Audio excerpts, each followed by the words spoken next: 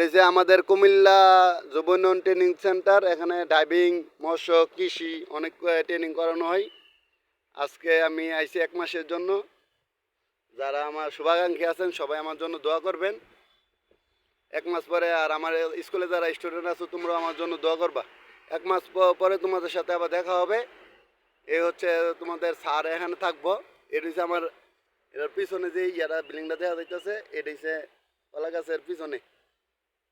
এটার মধ্যে আমরা রুম, এই যে এরিয়া, এটা হচ্ছে আমাদের কুমিল্লা চান্দিনার বন্ধু বসে আছে। আমরা একটু পরে অফিসে যাবো।